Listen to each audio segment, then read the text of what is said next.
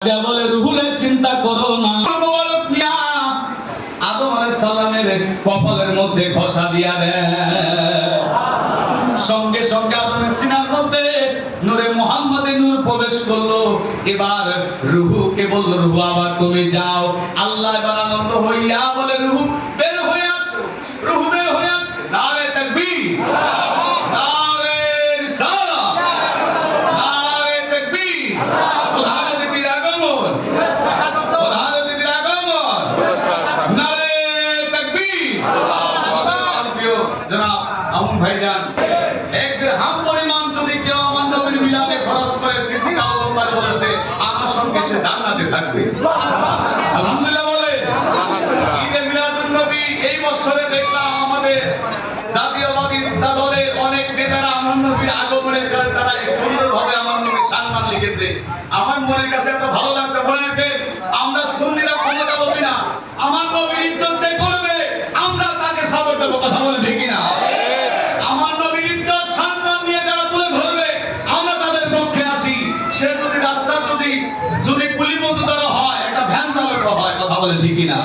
আর রাসূলের তাজিম যে করবে না সে আমাদের ধুলার পয়সা তুললো না। কথা বলে ঠিক কিনা?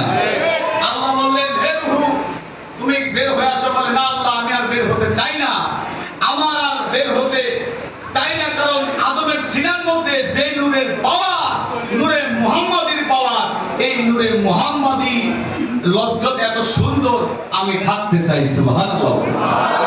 নবীজি আসার পরে অনেক অলৌকিক ঘটনা ঘটছে, আসার আগেও ঘটেছে। বাবা অনেক লম্বা ঘটনা ঘটেছে। তুব্বাতুল হুমায়ুনি বাদশা, ইয়ামিনের বাদশা, সত্য এই 2-3 মিনিটে শেষ করে দিব।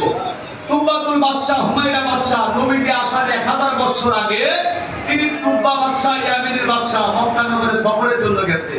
তিনার ছেলেকে হত্যা করা হয়েছিল, উনি প্রতিশোধ নেওয়ার জন্য গেছে। যাওয়ার পরে যখন মানুষকে হত্যা করবে, এবার সেনারা বলবে কাবা ঘরকে আগে ভাবি। তিনি বলল কাবা ঘর সকালবেলা ভাঙবো।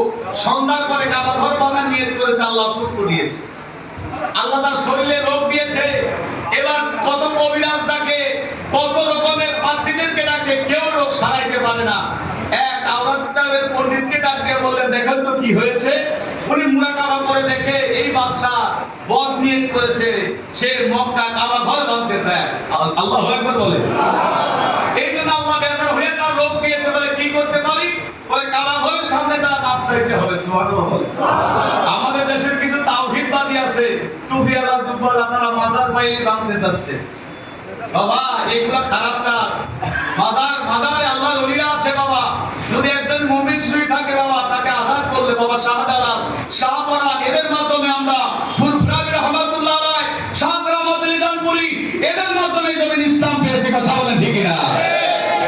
বাবা আল্লাহর ওলিদের পক্ষে যারা থাকবে, মাজারওয়ালাদের পক্ষে যারা থাকবে, আমরা সুন্নিরা তাদের পক্ষে থাকবো।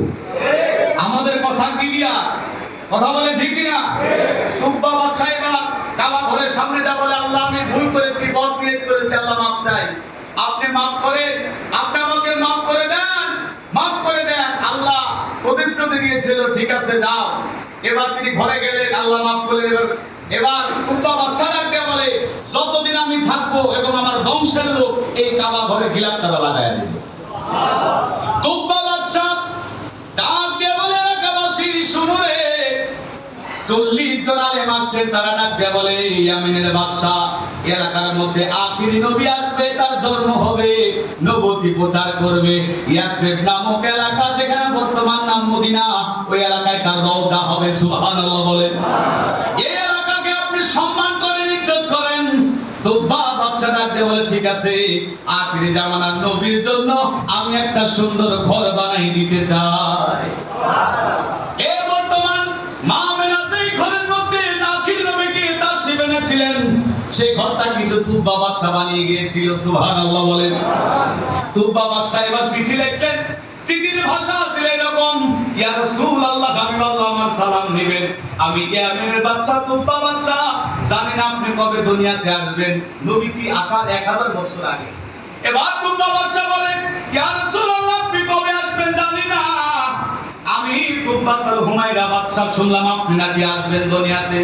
আপনি যেই দিনে আসেন না কেন আমি চিঠি লিখলাম আর আপনার নামে আমি কালেমা পড়ে আপনার উম্মত হয়ে গেলাম। আরে দুনিয়ার মুসলমান শুনেন রে, নবী আমার যেই দিন হিজরত করবে ওই দিন আবু বকর হাত দিয়ে বলে, আবু বকর এই ঘরের মধ্যে আমার জন্ম হয়েছিল, তুব্বা বাদশা আমার এই ঘরটা বানিয়ে দিয়ে গিয়েছিল, এই এলাকা ছেড়ে আমার যাইতে মন চাই না। আমার নবী আবু বকরের ডাক দিয়ে চোখে পানি নিয়ে বলে, আবু বকর রে আমার মা এই ঘরের মধ্যে আমাকে জন্ম দিয়েছিল, আমি আমার দুনিয়াতে আসার আগে আমার আব্বা ইন্তেকাল করেছিল, আমি এতিম নবী, আমার মা নাই বাবা নাই। আজকে মক্কা ছেড়ে আমি চলে যাব, এবার কাবা ঘরে মক্কার ওই ঘরের পাশে যাইয়া তুব্বা বাদশার বংশের লোককে ডাকলেন, এদিকে আসেন শুনেন। বলে আপনার নাম কি উমুক নাকি? বলে হ্যাঁ সুবহানাল্লাহ। বলে আপনার কাছে তুব্বা বাদশার একটা চিঠি আছে, ওই 1000 বছর আগে দিয়েছে, 1000 বছর আগে তুব্বা বাদশা চিঠি লিখছে, আমার নবী কেমনে জানলো? ভাই আপনার কাছে তুব্বা বাদশার একটা চিঠি আছে, আপনি অমুক বংশের লোক নাকি? বলে হ্যাঁ। বলে চিঠিটা দেন। এবার চিঠি হাতের মধ্যে নিয়ে নবী আমার একবার সুবহানাল্লাহ একবার বুকে লাগে, একবার সুবহানাল্লাহ বুকে লাগায়, কারণ 1000 বছর আগে তুব্বা তার হুমায়ুন বাদশা ইয়ামের বাদশা আমার নবীর উম্মত হয়েছিল। আরে আমার নবীকে চিনতে পারি নাই, বুঝতে পারি নাই, নবীর আদর্শ, নবীর জীবন আদর্শ আমাদের মুখে নিয়ে আসতে হবে, এটাই ঈদে মিলাদুন নবীর শিক্ষা। সুবহানাল্লাহ বলে। বাবাজি আসুন আর আলোচনা বাড়াবো না, একটু আপনাদেরকে নিয়ে একটু জিকির দিই, এরপরে আমার বিষয়গুলোকে নিয়ে বক্তব্য রাখবেন, আমার ভাইজান আছেন বক্তব্য রাখবেন। একটু জিকির করি, আল্লাহ আল্লাহ আল্লাহ আল্লাহ।